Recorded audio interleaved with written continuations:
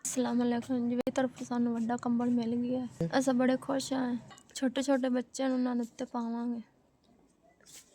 साडी तरफ बड़ी मेहरबानी। असां बड़े खुश हैं। साडे कोल कंबल कोनी है, तुसां सानू कंबल दिता है। अल्लाह पाक तुहानू घना दे।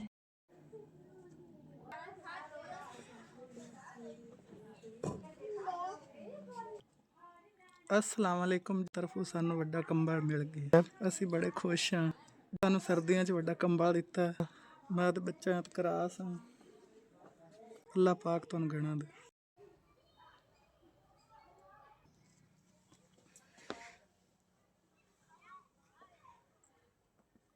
अस्सलामुअलैकुम। ਤੁਹਾਡੇ ਤਰਫੋਂ ਮੈਨੂੰ ਕੰਬਲ ਵੱਡਾ ਮਿਲ ਗਿਆ ਸਰਦੀ ਦਾ।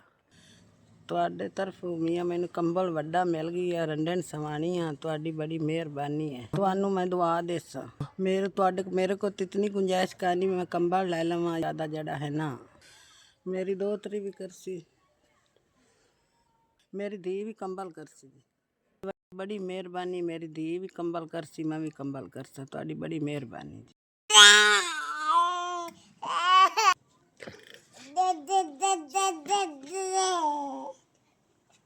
अस्सलामुअलैकुम। ਤੁਹਾਡੇ ਤਰਫੋਂ ਸਾਨੂੰ ਮੋਟਾ ਕੰਬਲ ਮਿਲ ਗਿਆ। ਮੈਂ ਤੇ ਬੱਚਿਆਂ ਦੇ ਉੱਤੇ ਕਰਾਸ ਹਾਂ।